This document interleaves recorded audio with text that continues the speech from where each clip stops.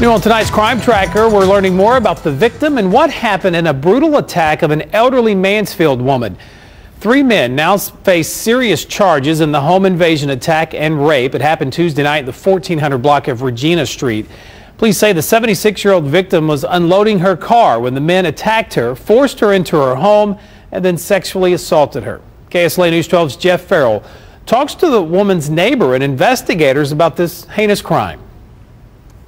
It's a wonder they hadn't killed her, you know, because she could identify him. Mary Jo Sallis is referring to the 3 Mansfield teenagers charged in the brutal home invasion and rape of her longtime neighbor and friend of half a century, who Sallis checked on in the hospital.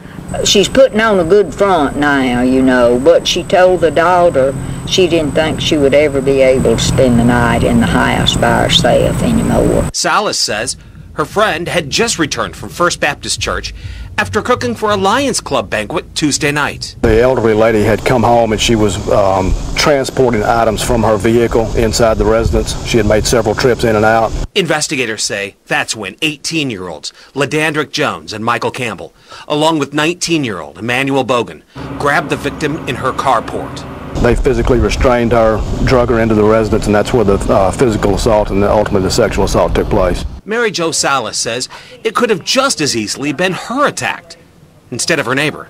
Well, sure. That's what scares me. So I went out while it was just before or while it was happening. I went out on the carport. The only difference? Sallis's husband was watching and waiting for her.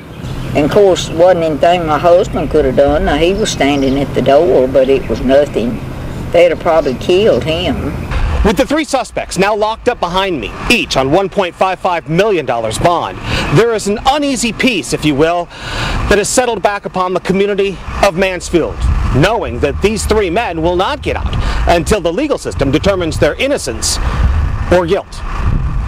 In Mansfield, Jeff Farrell, KSLA News 12.